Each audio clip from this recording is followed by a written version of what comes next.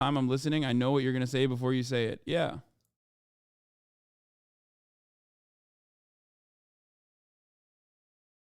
Anyway, let's watch this video now. Right. I'm glad you trusted me, though. Mm-hmm.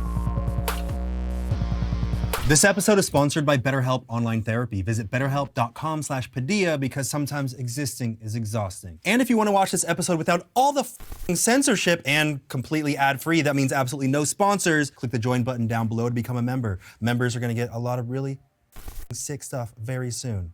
Anyway, can you believe that you're one of the most controversial figures I've ever had on this show? Yeah, I believe that. Yeah, that sounds about right. I mean, you've had furries. I've had Mia Khalifa, who was kind of controversial in her own way. Flat earthers. I think you might be more controversial than flat earthers. That could be. Why are you so controversial? Ah, man. I think it's like a lot of unregulated confidence. You have unregulated confidence? Yeah, I think I have in the past. I've toned it down a bit. Is that a good thing? Oh, yeah, of course. You got to pick and choose what you're confident about, right? But you go through a filter process of this might be a dumb idea. You do realize you're spending way more time defending formerly edgy teens against leftists who are still grappling with rehabilitation than you do spend telling reformed edgy teens that they can expect roses for changing, that they can't expect roses for changing? Yeah, because one is supposed to be more agreeable. One is ostensibly on my side. The other is literally not. The other I want to bring to my side. If I'm selling you a fucking car, I'm not going to be like, hey, this piece of shit fucking sucks, dumbass. The fuck do you mean? Like, yeah, my job is to be a gateway to progressive politics. Okay? That's what I do. Do you understand? That's what I've been doing, perhaps very successfully, for the past fucking almost 10 goddamn years, especially so on Twitch for the past 4. Why the fuck would I not try to tell all the other people in my circle to be a little bit more forgiving, especially when it ties into a larger systemic problem? And the cultural implications of said systemic problem in the form of like cancel culture all the way to our carceral state. Why the fuck wouldn't I make a larger issue about that than what? Tell people that, like, no matter what happens, no matter how much you change, no matter how much you strive to be a better person, there are always going to be smarmy, holier-than-thou dickheads that will constantly fucking slap you in the face and constantly fucking shove whatever you said back in the day that you hopefully can one day atone for and use that against you, demonstrating that change is impossible, so you shouldn't even fucking change at all, especially when we all understand that at the top of the hour, there's a 3-minute ad break, okay? That's the one thing that has changed in this goddamn community. There was no ads back in the day 4 years ago, but there's a 3-minute ad break. Other than that, nothing has changed. And if you no longer want to see those ads, all you need to do is subscribe, which you can do for $5 or for free with a Twitch Prime. By connecting your Amazon Prime account to your Twitch account, you get 1 free Prime subscription a month. You can also get gifted a sub if you're lucky, okay? That's right. Some people will help you along the way. Def Not Sophie, thank you for the 10 gifted subs. Allowing 10 people who no longer see the ads at the top of the hour. Here's the 3-minute ad break now. Okay. Remember this. To be honest, not trying to stir things up again as a black male. It's hard to trust these people who had an edgy pass, aka using the N-word pass. I haven't even have a problem with that, Ethan, even though I watch H3. No, I understand that. That's why I'm saying, although I understand it's a big ask, my only ask is that you maintain charitability towards those who have demonstrated that they've changed, especially because even you as a black male, for example, might have had some edgy opinions because we all are victims of our systems. What I mean by that is you might not have had a racist perspective against other black men, for example, but you might have been ableist in the past. You might have been misogynistic in the past, and that is normal, okay? But once you recognize that, you should strive to change that behavior. You should recognize why you have that. You should recognize why you feel that way and then work against it. Because human beings ultimately are complex. We are complicated. We are not perfect. You get it?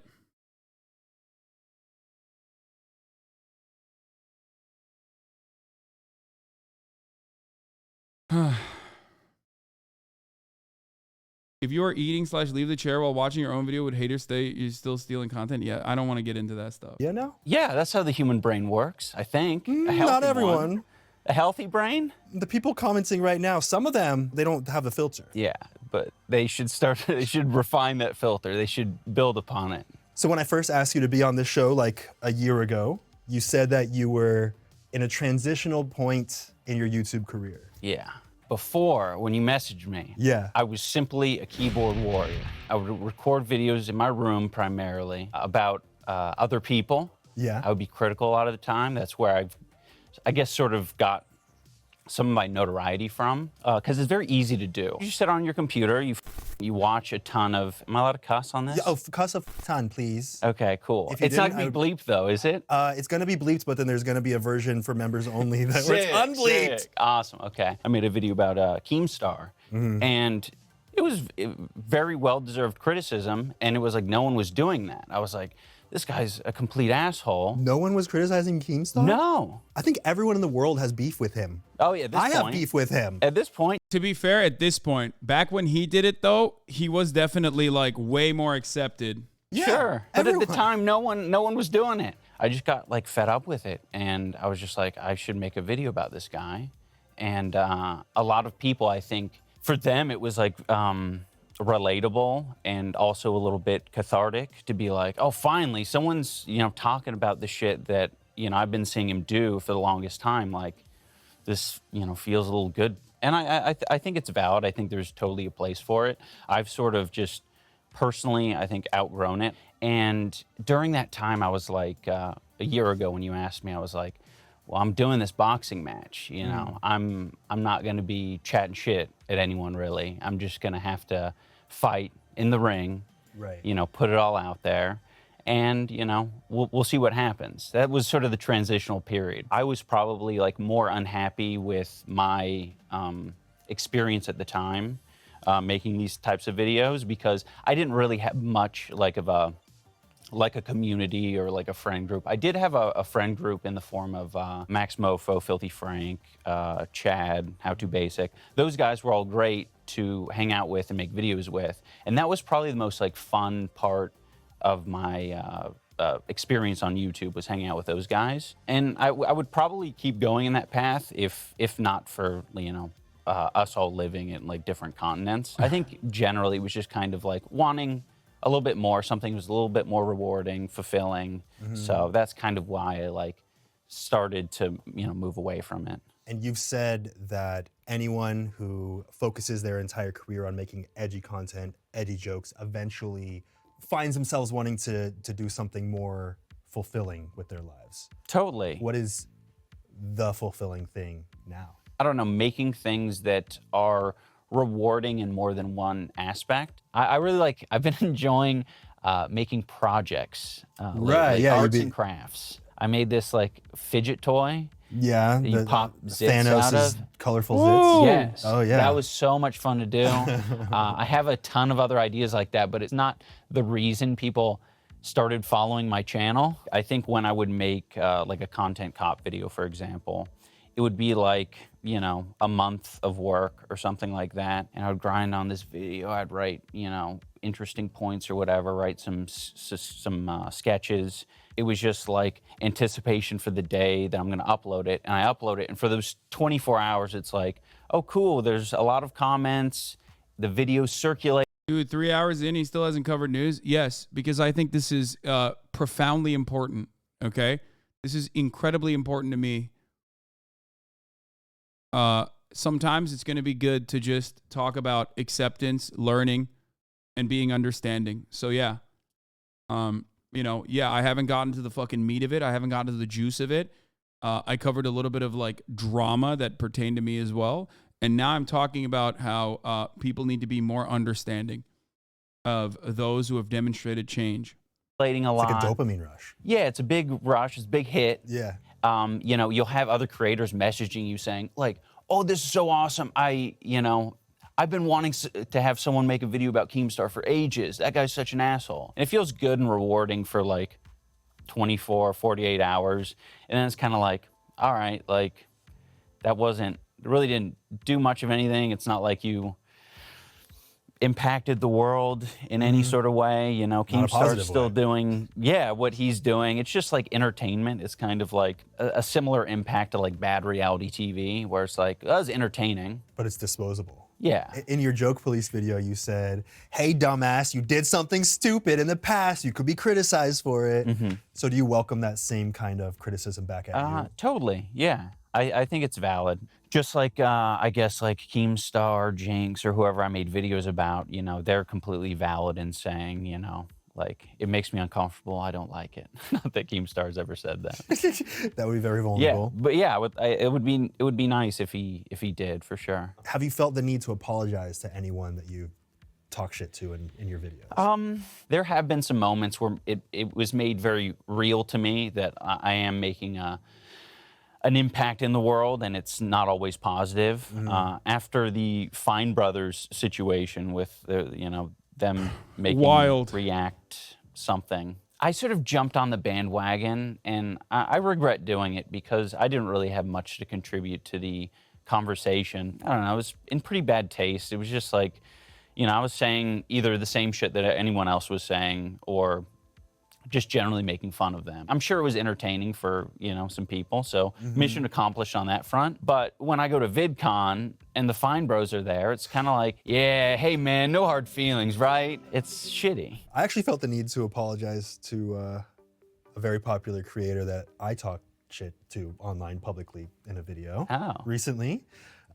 Do you mind sharing? Yeah, sure. There was, you know, the time period of 2017, 2018 where it was so popular to make videos criticizing people. So I spent a day with Jake Paulers, and I was like, I'm gonna bring in his fans and kind of ask them questions about why they like him. And, you know, I kind of got the point across where it was like they liked him because he was obnoxious, I guess, and they didn't really know why otherwise. And that was kind of the point of it. And I remember, you know, I released it, and I was kind of trying to prod a little bit. So I put this little clip on Twitter and tagged him in it. And my girlfriend at the time was like, yeah, but what was the point of it? And I was like, to show that I couldn't think of anything because it was like, people already talk shit. Yeah. What am I contributing to this? He got super pissed about it, and he DM'd me and called me an imbecile, and he went on his brother's podcast, Logan's podcast, and pulled up the clip, and he talked shit about me back. I don't want to just like be another like Anthony Padilla that was like on Smosh. It's an angst of someone who once was becoming irrelevant and being angry that the new generation is being received more than themselves. That was kind of a rush too. It was like, ooh, we're both talking shit about each other. And that kind of just sat with me for a while where I was like, that actually didn't feel that good. So I reached out to him recently, and I finally responded to him, and it's like 5 years later, and I was like, hey, sorry, you know, I was coming from a point where I was really lost. I had left Smosh. I didn't know what to do with myself and my career. And it was really popular to commentate and talk shit about people. You were just right there front and center of everyone talking shit about you. And I felt like, you know, that was my thing, was to contribute in that way. And he actually— It's wild to call him irrelevant at that point because this is like right off Smosh, right? And I don't really know too much about Smosh, as you guys know, because I've had Anthony on. Love Anthony. I would consider him to be a good friend. And I've had him on my podcast. I've been on his Day in the Life episodes. Yes, I do have to pee. Wait, what the fuck? Dude, I swear to God, I hate how fucking parasocial this community is. It's insane. Like, you can tell I need to pee because I'm jumping up and down, but like micro movements. And you're so fucking tuned into every little thing I do that you can tell, stop. Please stop. Yes, I'm going to go pee right now. Fuck you. Like, God damn it. hey man, fuck no you. hard Oh my feelings, God. I get it. Sometimes I hate being a grow streamer. from things that we did and said in our past. It was so amicable in a way. I felt this release of tension that I didn't know I was holding in the back of my head, of this kind of guilt of just randomly punching down. Yeah. And overall, would highly recommend. 10 out of 10. Yeah. It makes a difference to be very vulnerable with people. And I think that's kind of like what maybe a lot of like commentary channels, that's certainly something that I was like, you know, having a hard time with, like being vulnerable. Even this like interview is like very, it's still difficult for me to do because I'm like, I don't want to talk about my life, my personal life. That's less to do with I would say it's just more of like a content strategy or like being online strategy. Do you think that came from talking shit about others? You didn't want to be a target yourself and you didn't give them any ammunition? Of course. And that made a huge difference. I would say that, you know, a lot of the people who wanted to chat shit back, it's like, yeah, you can't really say too much. You know, this interview is an example of that. It's like plenty of people can reference it and be like, oh, see, you said this here. What about that? And, you know, I'm at the point in my life where I'm fine with it. Plenty of it is like, you know,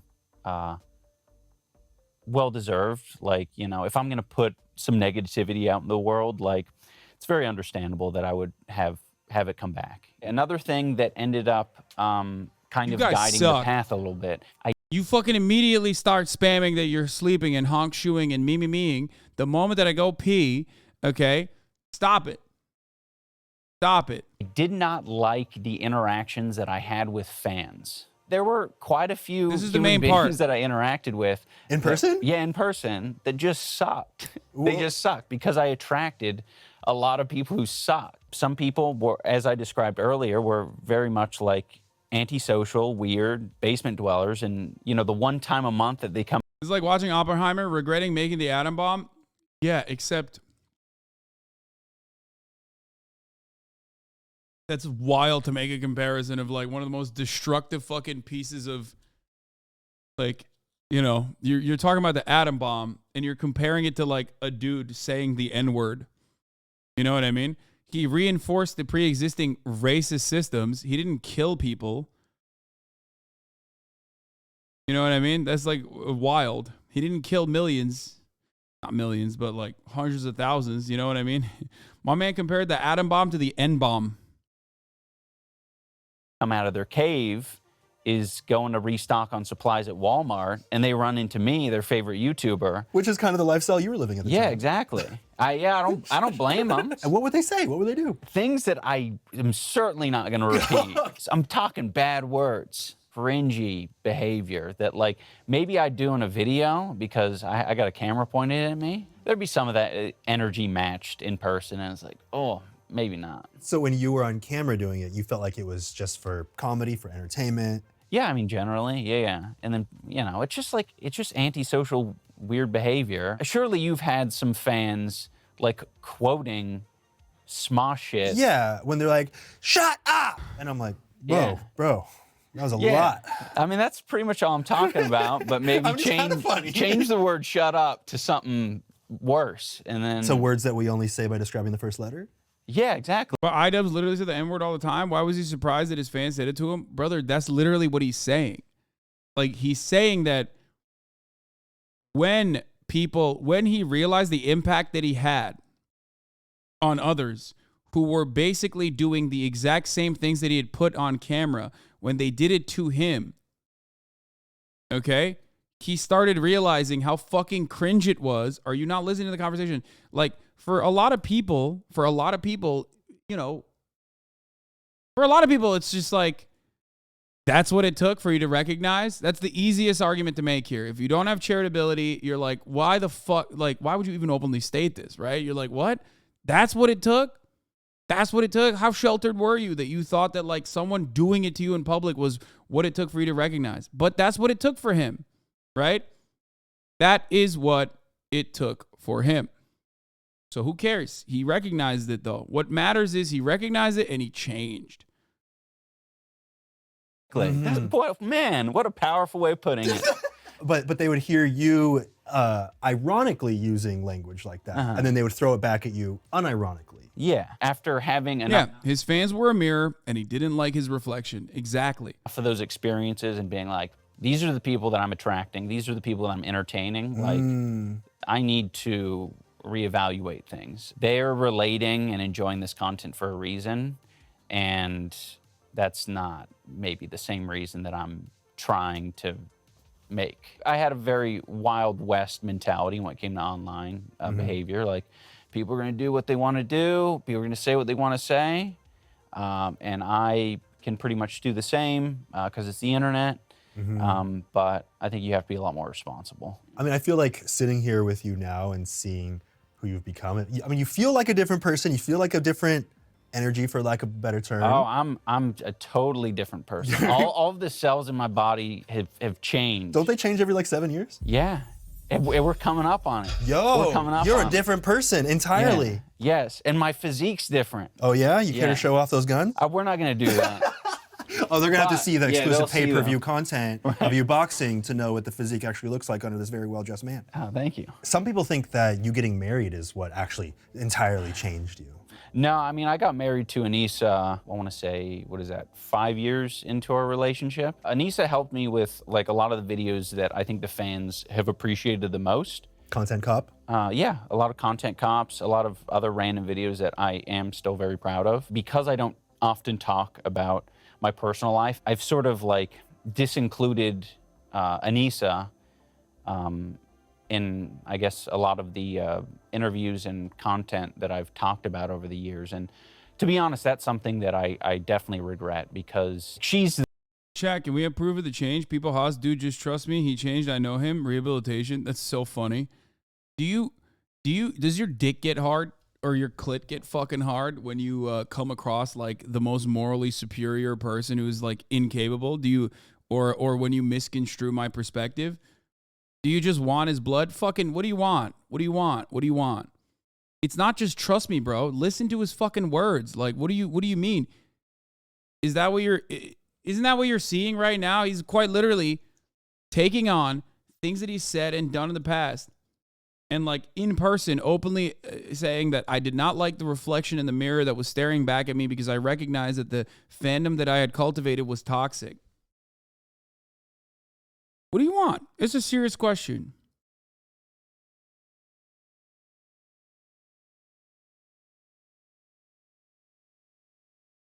I think it's really, really hard to openly admit that from the jump. And not many people do. Not many people do anyway. Okay? But ultimately, not many people do that. And it makes it even harder for people to like openly apologize when your immediate reaction to that is just, oh, you're backtracking now, but you're still the same person. Or, oh, there's another cynical reason as to why you're doing this. When in fact, you don't have to. He never had to stop being racist. He could have just kept being racist and like maybe switched over the dog whistles a little bit. It's not like it's fucking not profitable to be racist. There's plenty of fucking racist content creators out there who haven't changed from that time. You know what I mean? So why do you expect him to dig in? You know, dig his heels in and keep fucking making the same exact content? Like, what the fuck? This is the same thing that people say about me. People don't see content creators as people. This is a huge issue and probably a reason for a lot of these takes, as you've said.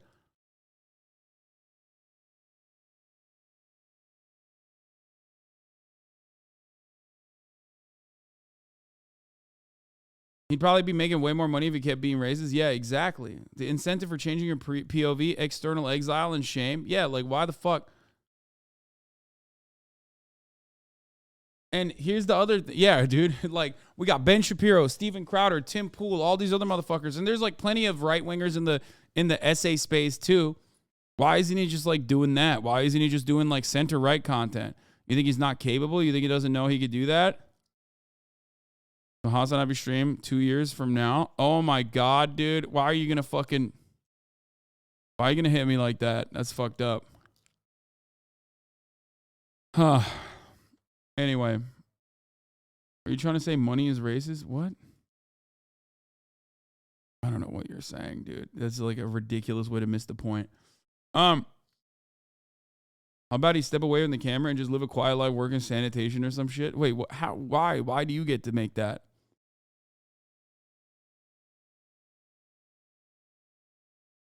Do I want the same content? Of course not. I'm happy he changed, but I'm trying to understand where the rebrand happened. I've spent all my time online. I haven't spent all my time online. Yeah, some people don't fucking openly rebrand. That's what I mean. Especially because it's like shameful. So it takes a lot for people to like say, oh man, like, you know, I fucked up back then. Do you see what I mean? You get it?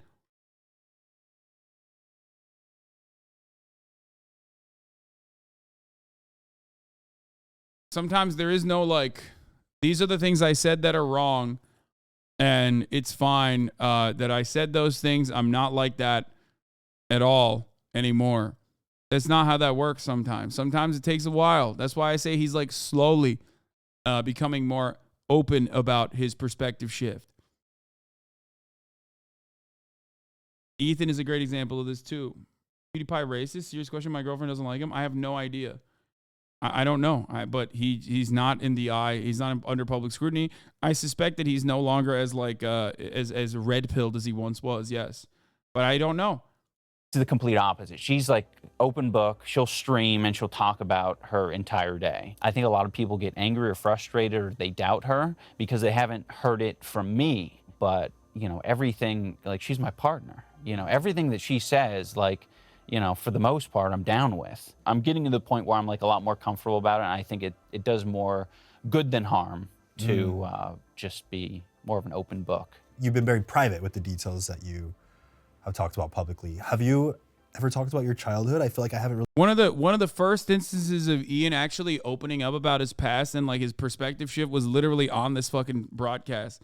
And while I was like asking him questions about that, like I could tell that he was just like very uncomfortable talking about it because he's never actually like personally came out and showcased that he was a different person. Like if you remember that video, if you remember that interview that we did, you'll recall like he was just like, he's trying to say it's cringy and it's shitty, but like what he's trying to say is that it's fucking gross, toxic, racist, and he doesn't believe in any of those things. You know what I mean?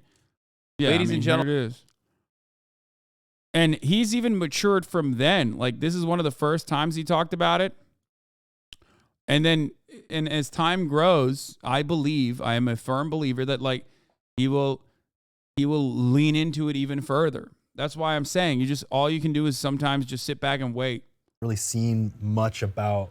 iDubbbz wasn't racist. He wasn't right wing. Edgy, sure, but not racist, toxic. Maybe his fan base was, but he wasn't. Brother, it doesn't matter. When you're fucking saying the N-word with a hard R and making it your political perspective, yes, that's racist. You know what I mean? You're not going to be able to win.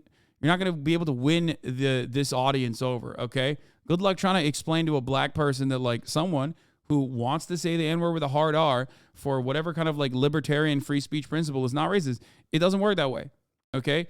The lack of awareness in this circumstance is what it is. It's like, even if it's negligent, it's still such a glaringly wide, massive blind spot that it like, you know, that negligence is coming from a white supremacist understanding. Okay. But ultimately, I believe that even people who have advocated for that kind of thing could still make up for it. Possibly because I'm white. Definitely. My privilege inherently allows me to make this assertion, this broad assertion. You know, how you became iDubbbz. Now I think is the perfect time to talk to you about today's sponsor, Honey, which is the easy. Have you ever talked about your childhood? I feel like I haven't really seen. How funny that a bunch of about. leftists are against you being compassionate to an individual trying to grow.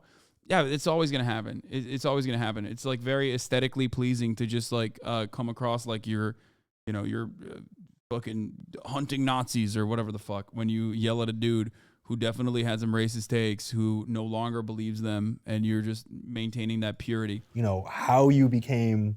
It's just young people too. I grew up in Southern California. I have an older sister. I was raised by a single mother till I was 10-ish. I made a lot of friends with like the weird kids. They're actually not weird. They were guys who were also raised by single mothers. They were a little bit more, I would say that they just weren't assholes. Oh, they had some sense of empathy? Yeah, exactly. I think we related in a lot of ways, but I don't think we realized that it was most likely because we were raised in a single parent household. My dad was in...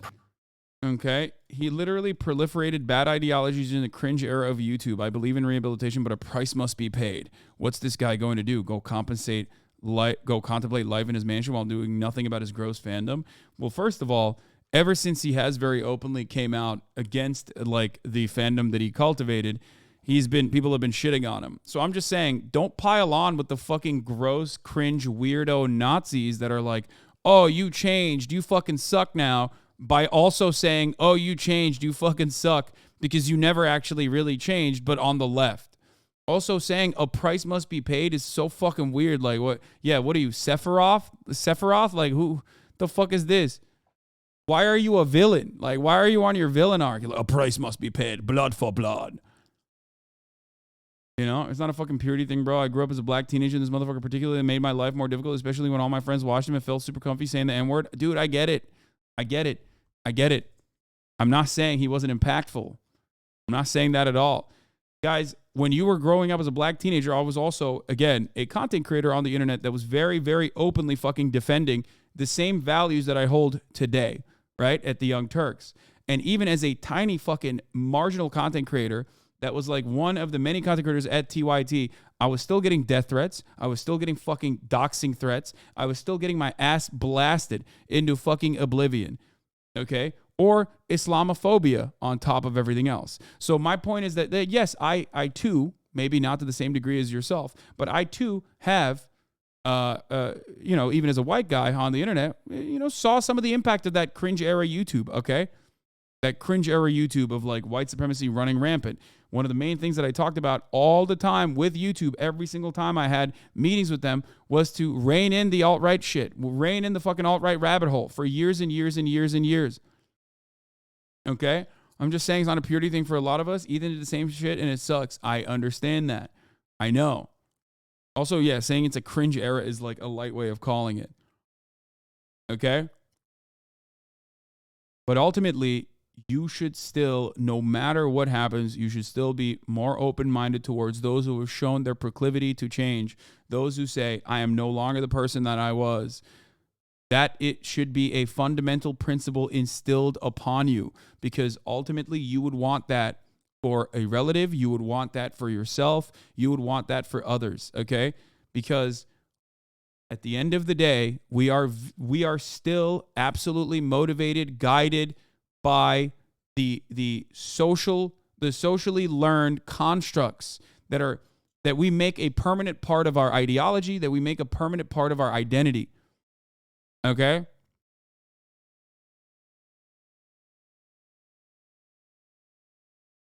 I want people, especially people with large audiences, to want to change, to do that, to demonstrate that publicly. Why do I always defend XQC when people say, oh, dude, remember when you got banned for homophobia, for telling a gay man to like suck your dick and that he would like it or whatever? Why? Because I know for a fact that because you want his clout. Exactly. That's why I do it. That's why I also simultaneously call him out, because again, I want his clout when he does some wrong things. Also for clout. Everything I do is for clout. No, the reason why I defend that while also rip into him when he's being a fucking asshole, but defending him on that principle, is because all y'all saying is it was hard for you because you were called the N-word and you need to realize you're infinitely more privileged than some other kid who's also experienced racism but wasn't fortunate enough to live in a first world country. What? No, just stop. It is not easy to be fucking dehumanized by your friends or by everyone that you grew up with. That's an insane fucking take, my friend. What the hell are you talking about? Yes, there's always going to be someone that's less privileged than you, but there's always going to be someone that's infinitely more privileged than you. That's a silly take.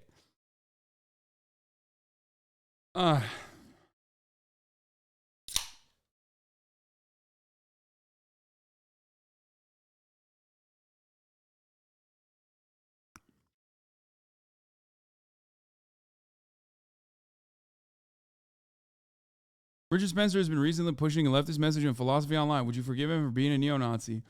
Richard Spencer is still a neo-Nazi. Like, he has not changed. What are you talking about? The fuck? It's like saying Tucker Carlson has been saying pro-labor shit, which means he's no longer a fucking fascist. Should we forgive him? Yeah, dude. No, he's doing the same shit Hitler did, dumbass. What the fuck are you talking about? Which is making it seem like they care about socialism or making it seem like they care about labor only as a successful vehicle to drive home the fucking narrative that they are nationalist, okay? Those are the guys who recognize. Also, comparing Richard Spencer to iDubbbz is wild, but, you know, just understand that the idea that someone says they're a liberal does not make them a liberal, okay? You have to make these assertions on your own. You have to look at the complete picture that they're presenting you with. It's like, I'm not going to sit here and act like Tim Pool is a centrist liberal, okay? He's not. There's a difference between someone like Tim Pool who's still cutting right-wing content while simultaneously calling himself a centrist liberal. There's a difference between that, and there's a difference between Richard Spencer saying that he's no longer, I mean, he has never even said he's no longer a Nazi. He's just still a neo-Nazi. He's just utilizing a different tactic. You have to look at what he has done, what he has said, watch this video, I guess, okay? And simultaneously understand that, like, in this field, he doesn't have to fucking change at all. If anything, he just kept growing and done a more Tim Pool style, I'm actually a centrist shit. Prison, so he came back when I was around 9 or 10. So, like, he wasn't in my life for a period. What was it like reconnecting with a parent, you know, bringing them back into your life when they technically were a stranger? I think the biggest thing is just, like, how different fathers want to raise their sons. Well, it's like, come on, we're gonna go throw the pigskin, son. That kind of shit. Was it a lot of, like- amplify that maybe a little bit? How amplified did it get? Gender role type shit and like an idea of how men need to be, and you know, being raised by a single mother, like I didn't really fit a lot of those norms or those ideas. Chores is a good example. Like, what does a guy do for chores versus a woman? Do you have any ideas? Yeah, take out the trash. Oh, because men are gross. Because they're gross. They love rolling around in They shit. stink. Facts.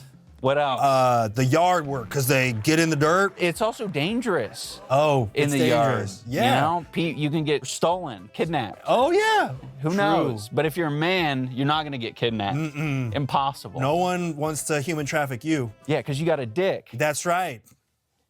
And balls. One memory that I had, I liked reptiles. I liked animals growing up. Yeah, you're into amphibians and shit. Yeah, amphibians. Yeah. My dad and I went to a reptile store, but like I was kind of thinking maybe I wanted a snake, but it had like a little cute nose. It was all, it wasn't one of those like evil fucking diamond-shaped heads Right. that look like they're gonna fucking snap you. And I was like, that one's pretty cool.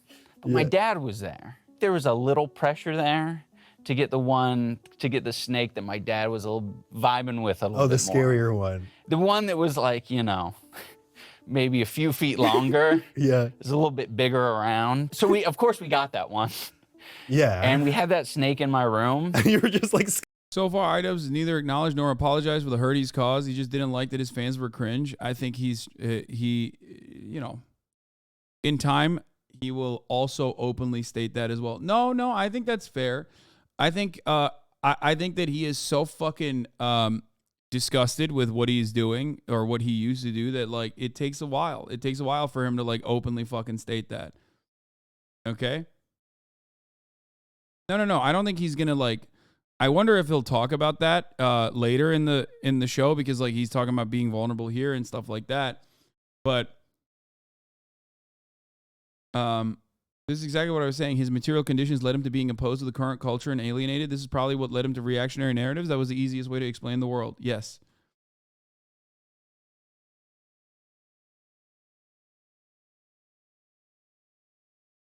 I feel like a lot of leftists don't actually want change. They just want a high horse that comes with shitting on people.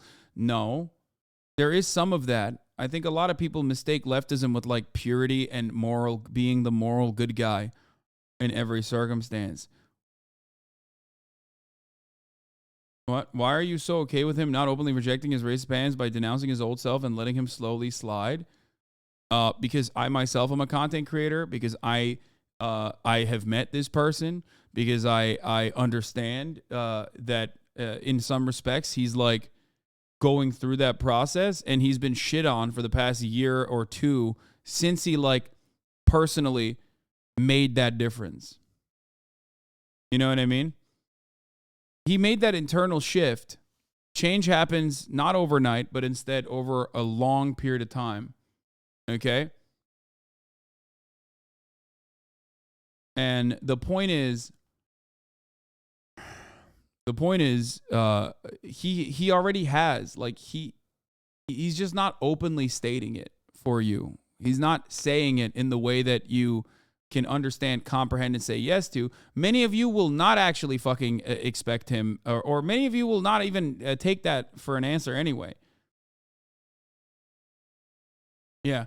It is important to note that if, as a content creator, you apologize or admit fault, the internet will not care and treat you with good faith. Yeah, there's that element too. You know, there is that too. Exactly. I mean, how many times have I fucking apologized for a thing like, because I've falsely predicted something, right? Because my prediction, even if my analysis was sound, my prediction was wrong. Did that stop motherfuckers from still to this day constantly talking about this shit? No. The people in the back, what did he do? He made a lot of videos. That was a smorgasbord of like different kinds of ideology, but ultimately one of the ones that a lot of people, you've called other content creators out for not genuinely apologizing. What are you talking about? Maybe in the moment, like if they're in the process, but that doesn't mean that like I don't acknowledge when people change. What are you talking about? Like, I have no interest in like defending him. You know what I mean? If I didn't think it was genuine, I would not defend him. You know?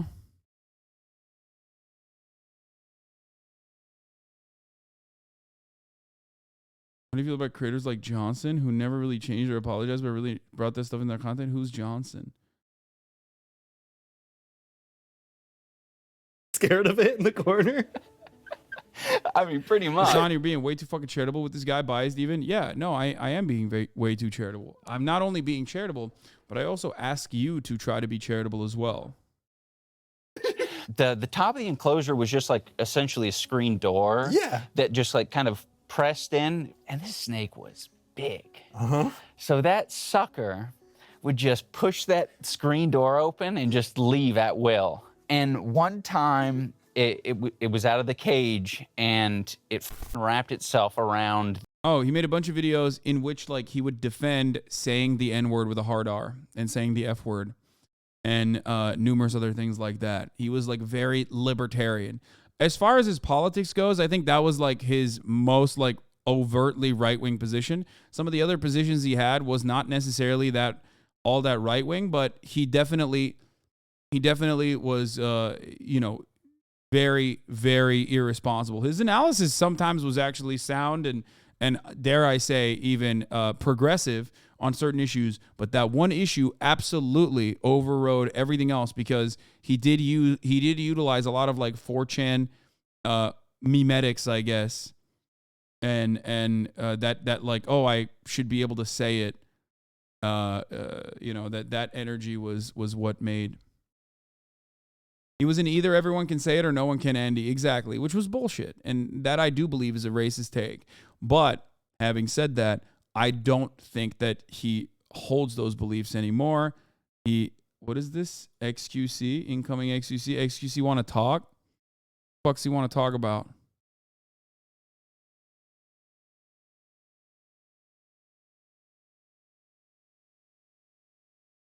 What does he want to talk about? What's up, dude? Hello? Can you hear me? Hello, hello, hello? Fuck. Why does this shit happen every fucking time? I can't hear you and you can't hear me on anything. Hello? Well, I can hear him. Oh, I'm good. I can hear you now. And Yo. you can hear me, right? Yeah, I hear you. What's up, man? What's up, dude? Oh, I have your award, by the way. Oh, shit. Sick, Yeah, man. I'm holding it fucking hostage, motherfucker. That's fine. You have We to can do keep it for now. IRL. You have to do an IRL stream with me. Actually, show up one time. Yeah, no, real shit. Now you can keep it for now. It's okay. Also, What's up? I'm trying to put all the awards in one spot, right? So one day I can make the decision permanently if I keep all my trophies and I put them in a casing, right? And I care, or I throw them all out at the same time. And having them all at the same spot, all of them, so they're consolidated. Then I can make the choice. I'm gonna consolidate all your awards. Yeah, it's good. All right. It's good. Yo. Okay. Listen. This is not an ambush. I promise. I listen. I thought about it again at the time, and I wouldn't brought it up to you if it was an ambush. And I'm not being a demon. I thought. Okay. I think Train is not at the same level of the one that we shall not name, and I think I like both you and Train.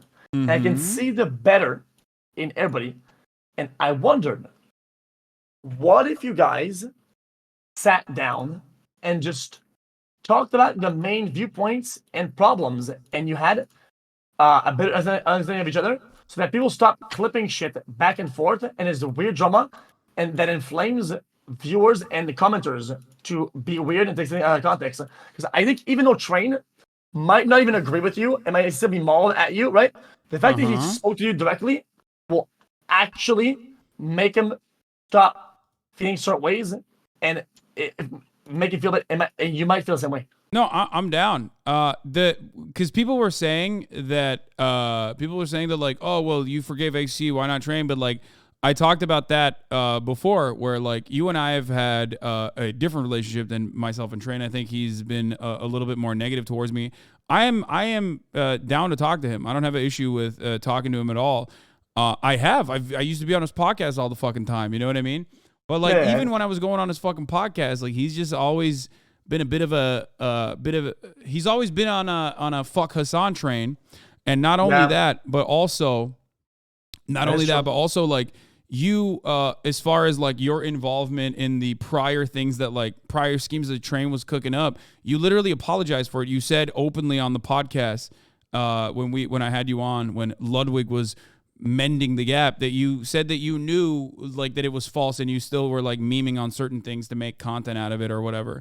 Whereas like I feel like Train has never done that.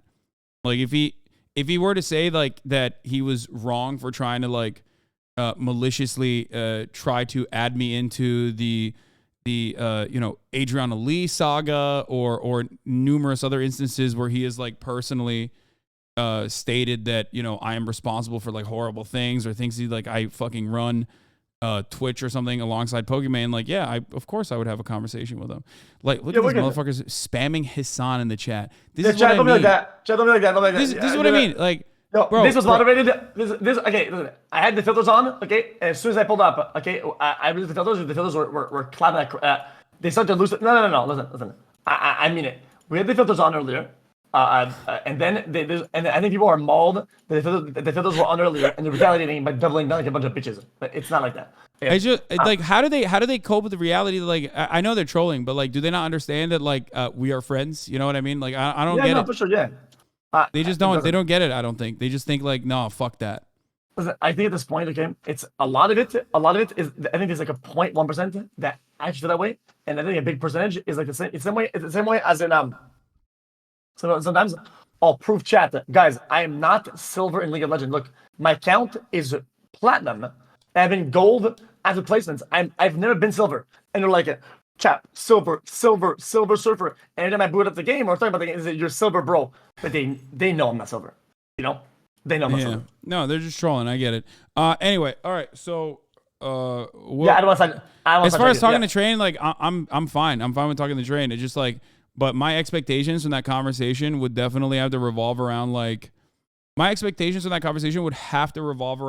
Train at least like acknowledging that, it was kind of fucked up that he did a bunch of stuff where he tried to like implicate me in some shit that I had no business being implicated in. You know what? I'm excited. I've said this before, and I legitimately believe this. I want Kick to survive as a platform. I want Kick to be a successful platform. I don't give a fuck like how it's being funded or whatever, because like ultimately maybe it's perhaps a bit selfish, but I think more competition amongst platforms, like streaming platforms, is overall a good thing, right? Agreed. Competition is it's good. It's good for the space. It's good for the content. It's good for the platforms to like treat their content creators a little bit better. No. True. Yeah. Also, I genuinely like listen. As now I can say that. I think as a friend and also as a person, as a content creator, I meant well when I said that I can connect with Train on a personal level, right?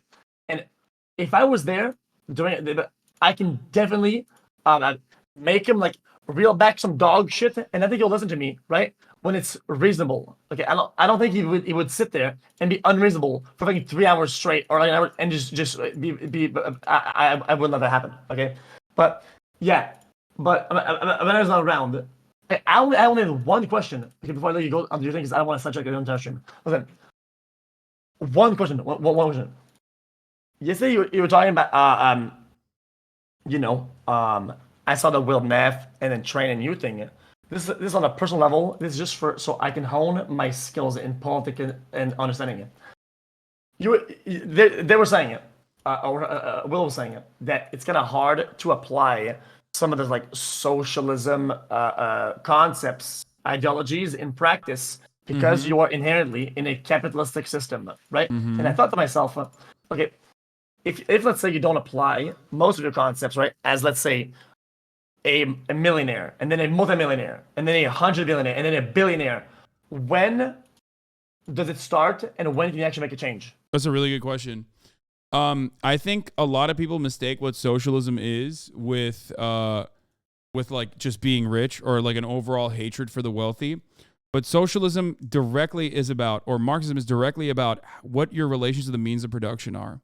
So you and I, albeit very, very wealthy people, are still technically waged out employees. We're contracted employees of Twitch because you make money off of, serving ads. You make money off of subscribers. But then Twitch as a platform still has, even though we're in a good negotiation position, still has a lot of control over what we can say, still has a lot of control over how much money we can make off of the platform itself, where they can turn around and say, for example, we're going to take 25% of your subscription revenue, 50% of your subscription revenue.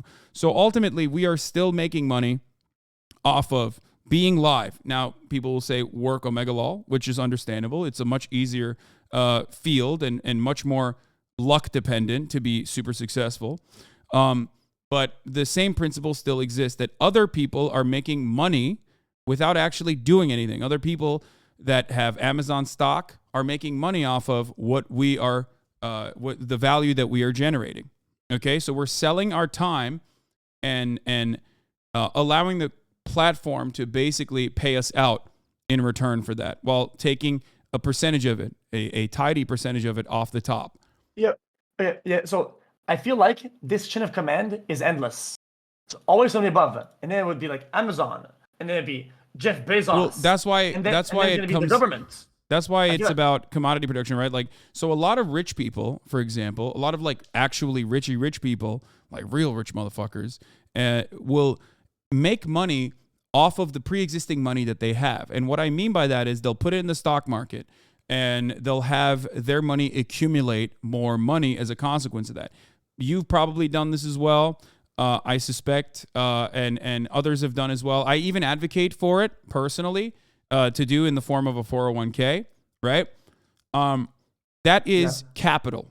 So capital accumulation is, if that is your primary mode of generating value, then it's a little different than someone who is making money off of their own labor. Okay, makes sense. So that's the difference. It's not about how much money you have. And if you ask me if there's like a maximum wealth, that's a little bit more complicated. I don't know exactly what would be the maximum wealth in that situation, right?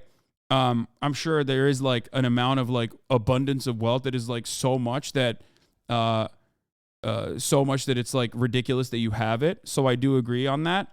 But ultimately, it's about how you make your money, not how much money you have in general. Oh, okay. Yeah, I guess that makes sense. Okay. I'm starting to get a grasp of that, right? So do you think in practice you would be able to reroute people's mindset and thinking to a point where they function with these like new motivators? Because people are motivated by the competition, right? The fact that they have upside potential. If they work hard, they'll get rich as fuck and they're gonna ball out, right? Do you think that you can remodel people's brains and thinking patterns to where they're like, I'm gonna spend time to learn this trade and do this, right? I'm gonna earn as much as everybody else, right? Like that. Do you think? Yeah. Especially because I don't think that money is the only motivator for a lot of people. I think you're a great example of this. You fucking sit around and eat your toenails half the fucking time, but you're not motivated because you're not motivated to stream as long as you do because you're going to make more money. You're motivated because you have the feeling of competition within you that you want to dominate the platform. You will be the number one fucking content creating goblin, right? So like that is an additional incentivizing factor that is probably way more important in for the reasons as to why you like make content than the amount of money that you're making. Yeah. Okay. So, see, I'm not gonna be okay. I'll do the compliment, but I'm not gonna self glaze too hard, right? But I would assume that overall, in society, right? I would assume that if not motivated by this, then this would be a case if you were to replicate that in the field in the field outside. That this would be a golden goose scenario, not a golden egg. So not only a select amount of people are going to like go above and beyond, right? To have to just seek that unique fulfillment that isn't based on money or they're gonna get out of it. I feel like no. Yeah, no, the idea is that once your needs are met, once you reach a base level of comfort, there are additional motivators that still keep you going.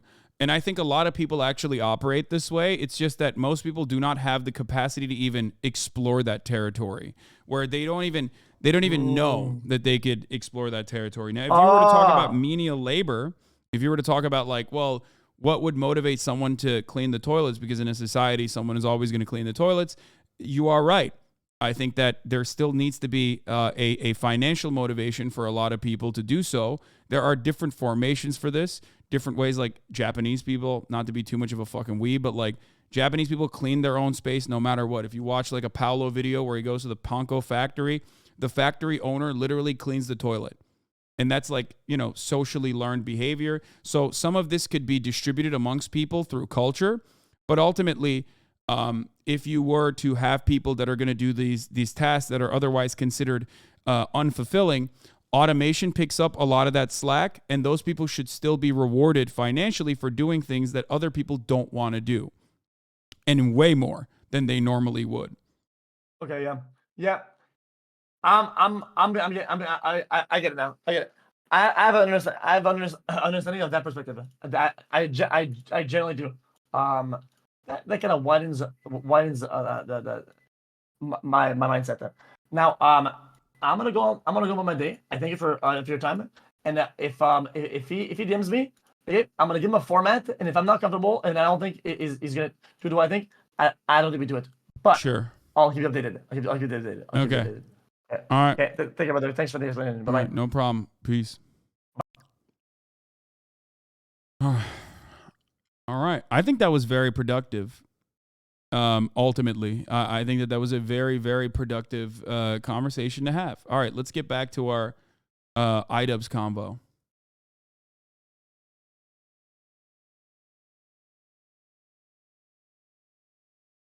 What did he say? Oh, he wants me to have a conversation with Trainwrecks, and I said I would down to do it.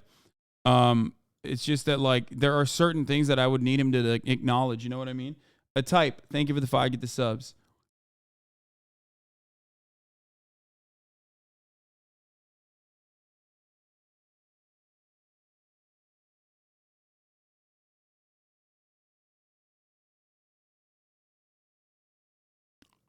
I don't think you should trust them. They're trying to pick up new attack vectors, it looks like. What? I don't know why you're so cynical about it. But ultimately, I think that I will take every situation as it's given to me, and I will make the most use out of it. You know what I mean? Just like if it's a place where I can, you know, promote my understanding to not an immediately and inherently contentious format, I'm gonna do it. I don't know how you have the patience for dealing with people that not only indirectly fuck you over, but also directly fuck you over. Well, you got to do what you got to do. I am a profoundly profoundly fortunate individual. Okay. And ultimately I have to think about how lucky and how successful I am and how I've gotten to this place. And it's you just gotta do what you gotta do. You have to literally just take whatever L's that are being served to you and try to turn them into W's if you can. Merble, thank you for the 10 gifted subs. Like at the top of the hour, there's an L, right? It's an ad. An ad break comes. It's 3 minutes long. But you can turn that L into a W if you subscribe for $5 or for free. With the Twitch Prime, that is. Or you could potentially get gifted a sub. Turn that L into a W in a larger way. Okay? But when I talk to people, especially if they are being gracious enough to not be immediately contentious, I am going to, last time X and Train got together, they tried implicating you in rape. It's not cynical. It's having a sense of preservation. I know. But if you are not going to be immediately contentious to me, how else am I going to have a conversation that is like otherwise open-minded about learning or educating 46,000 juicers about socialism? You know what I mean? If I behaved in that way, then I wouldn't have that opinion. It wasn't rape. They said I was a part of a cover-up, potentially. You know what I mean? You get it?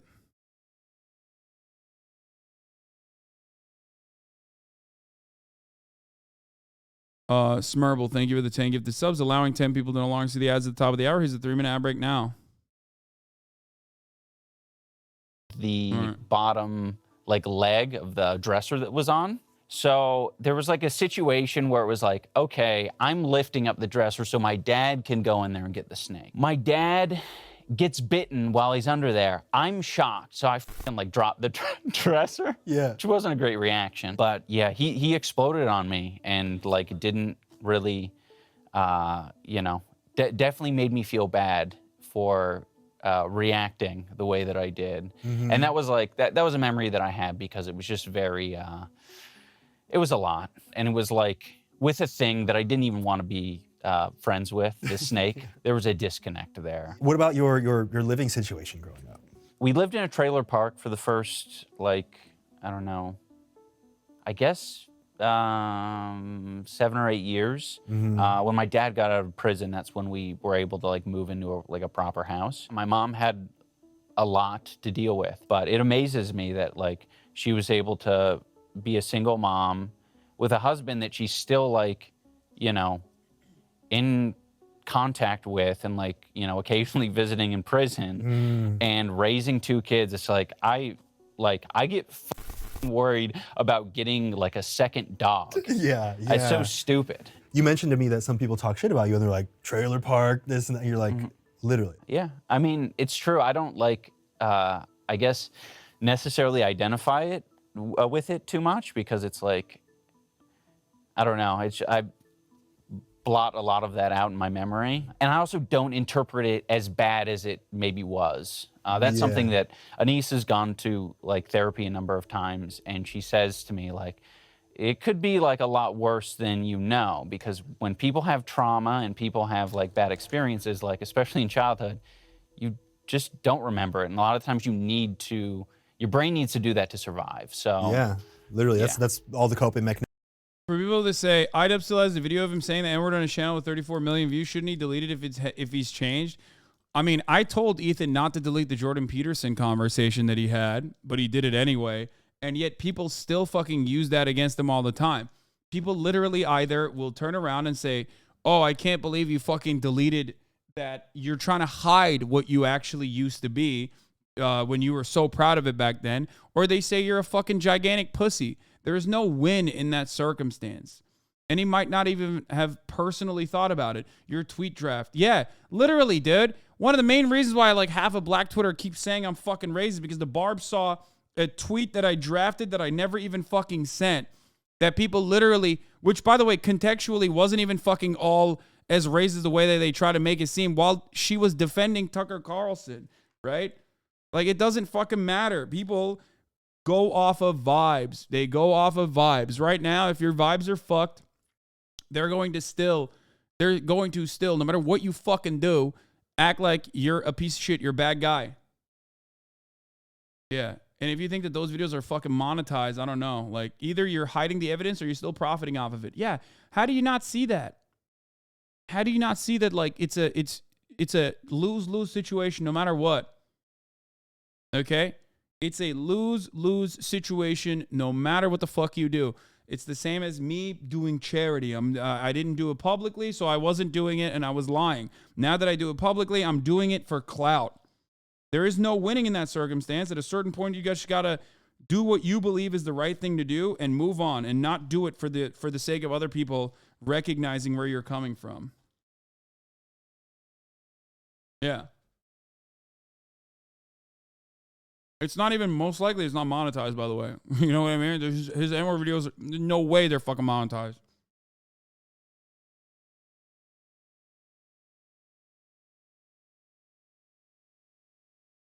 Mechanisms that we develop as children are to make those experiences not feel traumatic, even though they might sit with us for the rest of our lives. Totally. Unless we process it. Yeah. But that's hard. I don't want to process. And then you have to cry and shit. Yeah, no thanks. No. Men don't cry. Men don't cry. I've hit a point recently where I cry a lot more often.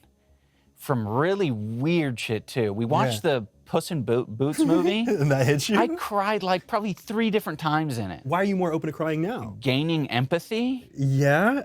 Well, it sounds like you always had it. You just shut it off. I mean, that might be a good way of putting it. It's hard to tell because I haven't, I haven't self-reflected too much on it. Being that way, being avoidant and not, sharing feelings or thoughts and hoarding them has led to, like, a lot of missed business opportunities, a lot of missed personal connections. I'm trying to get better at it.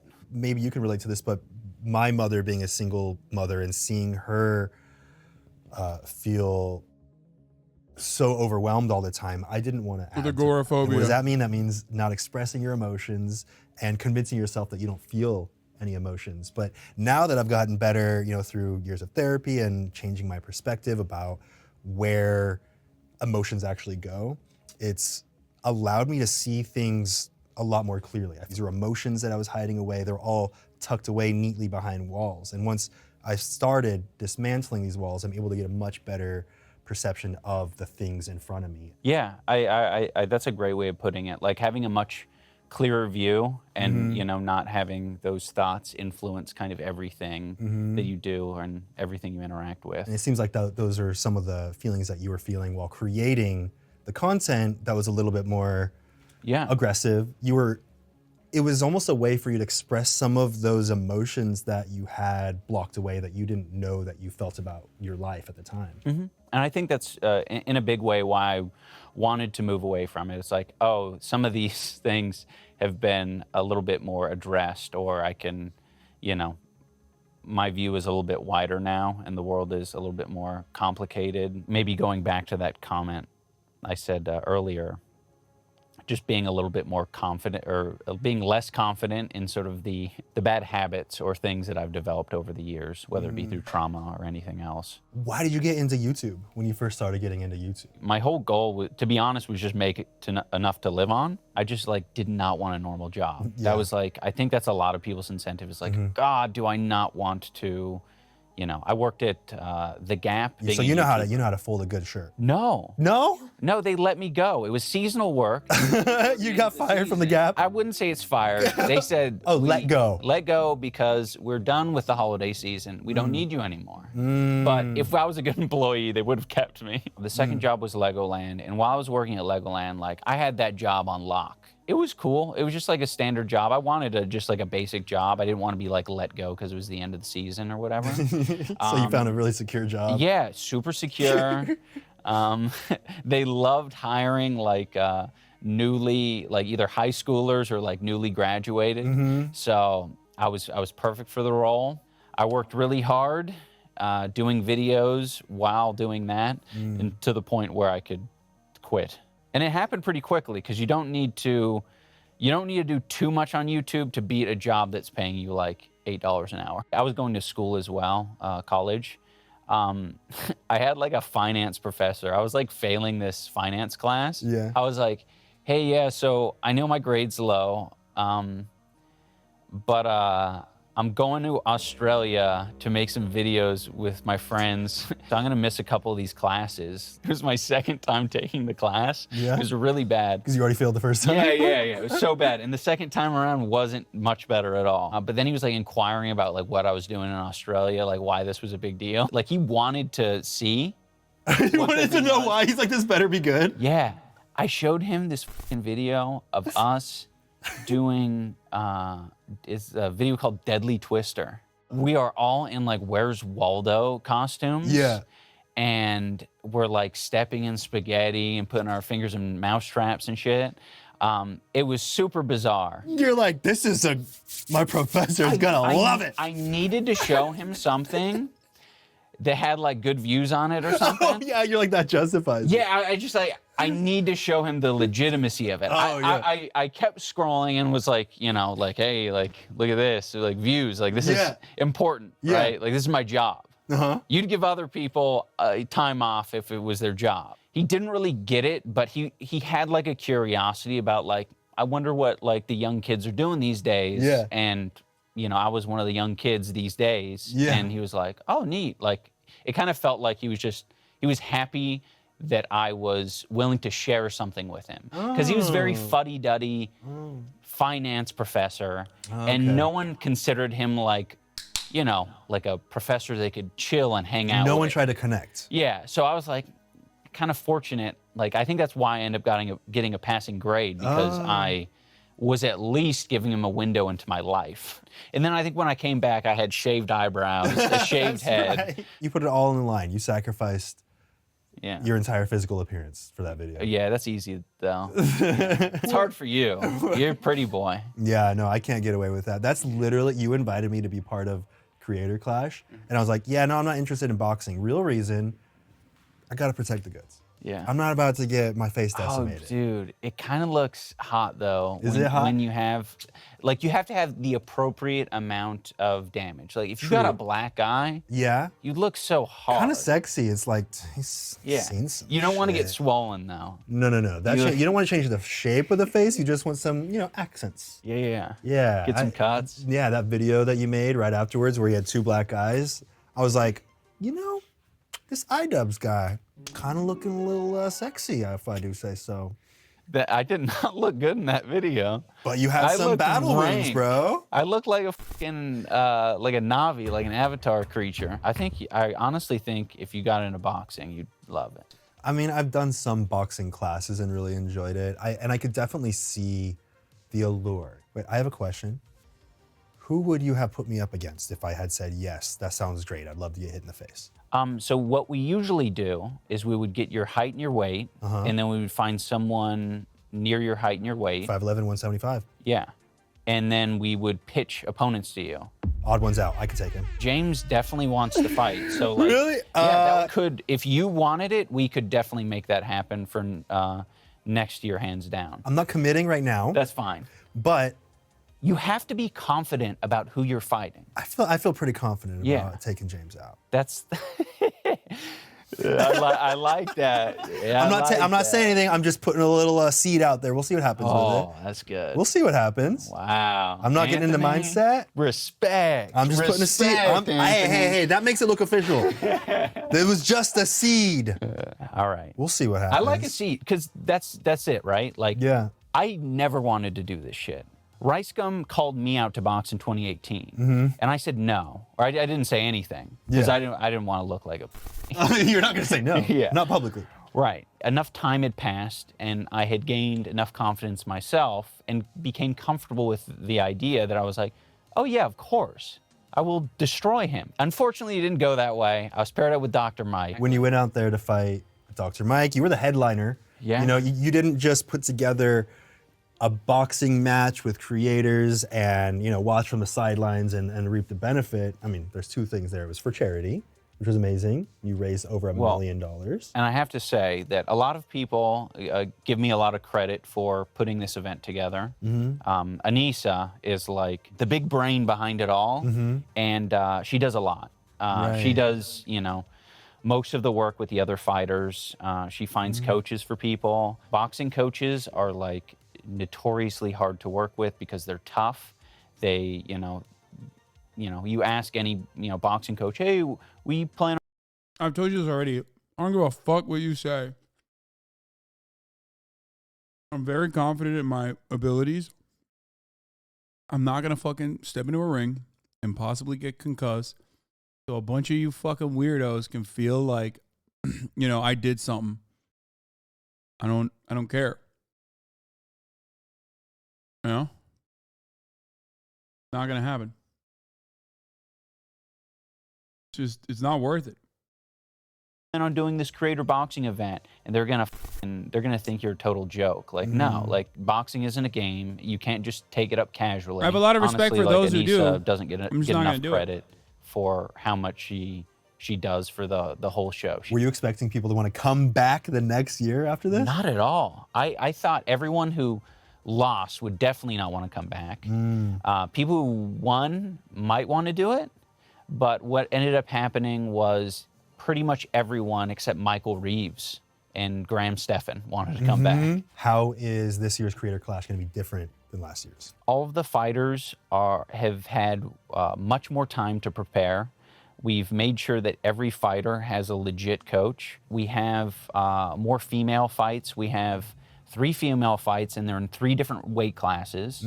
How do you think the training, the physical training, has translated to mental, emotional, internal states? I have like so many cool boxing content ideas. And now that I've done it, I'm like, oh, you don't have time or energy to do anything other than boxing. There's just like a lot of things that I've had to learn along the way. Like my coach is a tough ass guy. He's got a little of the toxic male qualities, and it's made it hard sometimes because the way he talks to me sometimes, I could be a little bit sensitive to it. So that's like led to a couple times where I've just kind of broke down. If you have like a bad sparring session, it's like that alone feels bad. But if you're getting your shit kicked in and your coach is like exuding their disappointment to you the whole time while it's happening, it's like, I just kind of suck. He's gotten a lot better at it, and it's really not his fault. Like that's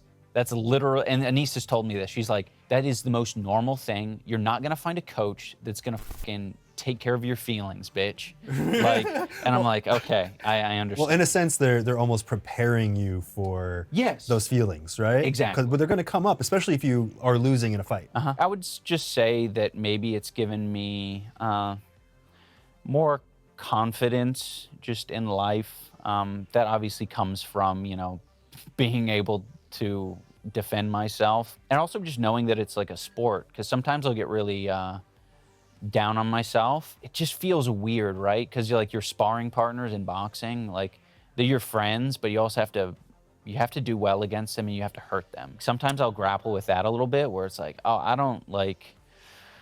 Can we play more? Do we have to box, or can we just like tap each other? And it's like, no, we have to box. We have to hurt each other. You have to treat it like it's the actual scenario. Yeah, absolutely. Do you feel like this conversation today, this interview, would be different if you had never gotten into the boxing stuff? Yeah, it would be. I think I'd be less vulnerable in general. And I'd say Anissa has been very instrumental. I think most guys can say that about their partners, is like they're going to have insight that you cannot have about yourself. You have to be able to stand them and not leave the situation. Right. I'm avoiding, I'll just leave.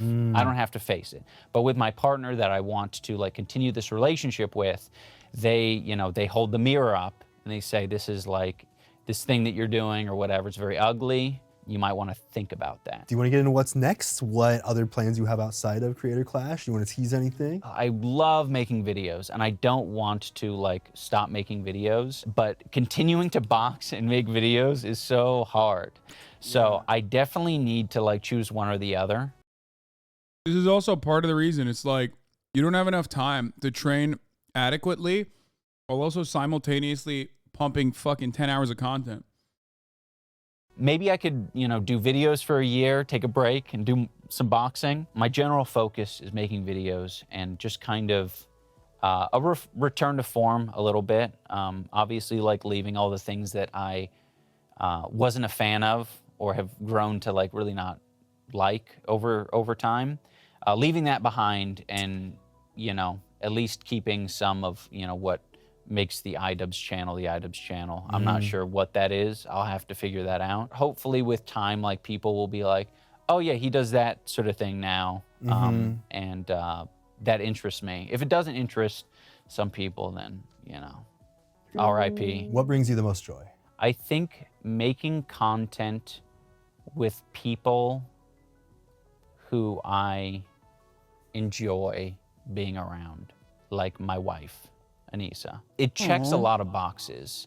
I think working with other people is amazing. I think it's really undervalued. I think everyone wants to, you know, work at home alone because they're just so used to, like, kind of being forced to have these interactions. But when you love the people that you're around, it's so awesome to do more things with them. Creator clashes, like, I never would have fucking dreamed that we'd do something like this. Yeah. Boxing, it's strange. I at least thought that we would have done it for money. It fucks with me every time I think about it. I'm like, I don't box. What the hell is this? You get to create content, which you love doing. You get to bring people together, and you get to do something fulfilling in the sense that you're raising money for charity. Yeah, and I think old me, I don't think realized that reality was possible. I wouldn't have thought that, like, you can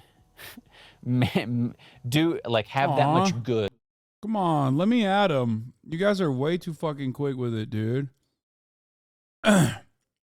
Dude, your stream fucking sucks. You're just eating. You suck and I'm unfollowing. Anyone can do your job, you useless piece of shit, says Nancy SBF. Nancy's boyfriend. So, one thing I will say, following since 10 minutes ago, he literally followed just to say this, to unfollow. You're right. That is true. Anyone could do my job. And, you know, that part is true. It's true. I have nothing to say to that. A lot of other people also do the exact same thing that you're talking about, but I'm sure you feel like they are good and you don't have an issue with them because you agree with them. You're charitable because you are a premium saltine. I've been on the receiving end of racist, sexist, edgelord harassment as a child in school and as an adult at work. It's traumatic, and now I have an aversion to anyone who puts that energy out there. It goes beyond dark humor. I think you should let the minorities be unforgiving. I mean, I know that it goes beyond dark humor, and I know how traumatic it is, but I'm not going to stop advocating for things that I believe in, you know, and one of the fundamental things I believe in is allowing people to grow and change, because ultimately that is beneficial for everyone. You create a space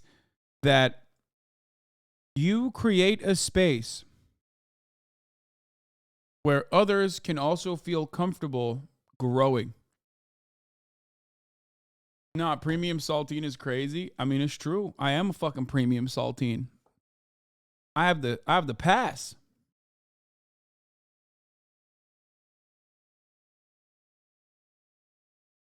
Did you never say or think something transphobic? Do you think that feeling isn't there for trans people? Are you talking to the other people? Yeah, I mean, I like, guys, I am the perfect example of this.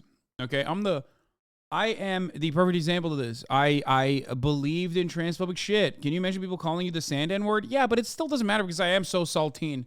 So it, like, yeah, I've been called the sand N-word from the jump, but I am saltine as a motherfucker, so it doesn't even matter. You know what I mean? So there is truth to that.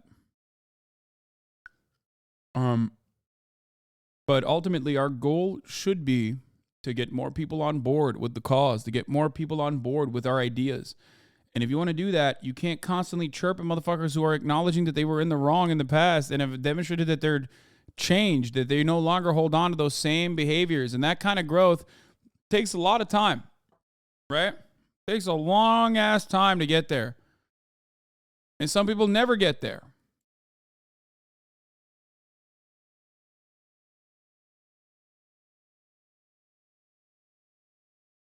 I see no reason to just be an overall angry person at those who I believe ostensibly are now on my side, regardless of what they used to say or do in the past. I used to hate watch HasanAbi and was super transphobic, but I turned around. Yeah, there are so many examples of people like this.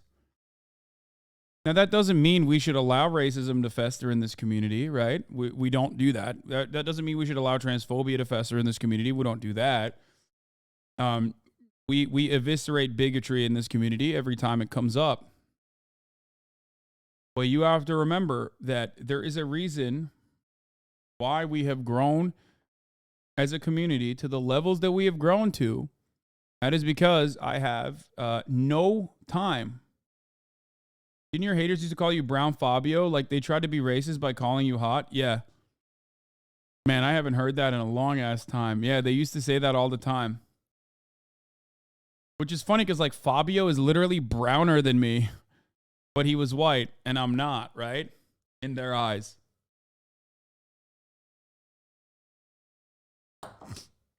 I haven't heard that in so long.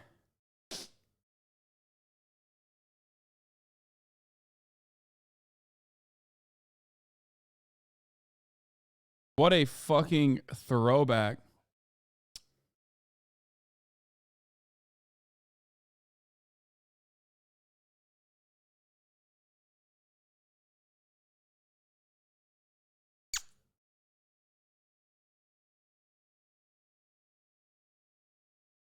Everyone has been hateful, including black, trans, gay, white people. Everyone has been problematic. If they've changed and are working to undo these things, or at least verbally disavowing hate, then they're on our side. Yup. Yeah. And before people say, like, what do you mean? That's not true. Like, what do you mean? Half the trans people in this community were themselves transphobic before they recognized that they themselves were trans. Why do you think that is the case? Because they are a product of their social conditioning, just like you are.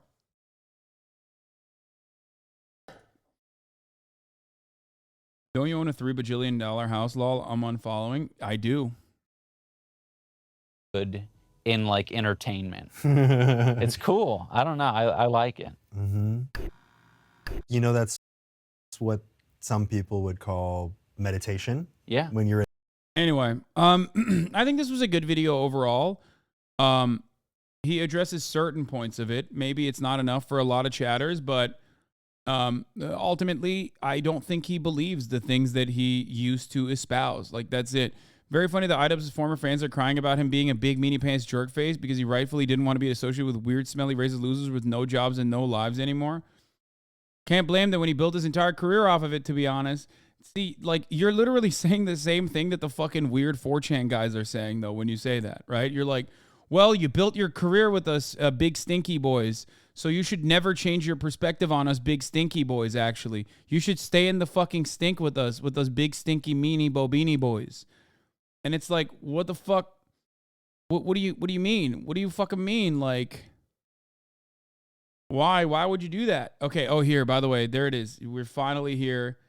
We're finally here, okay? We're finally here, motherfuckers. California's 11th atmospheric river this winter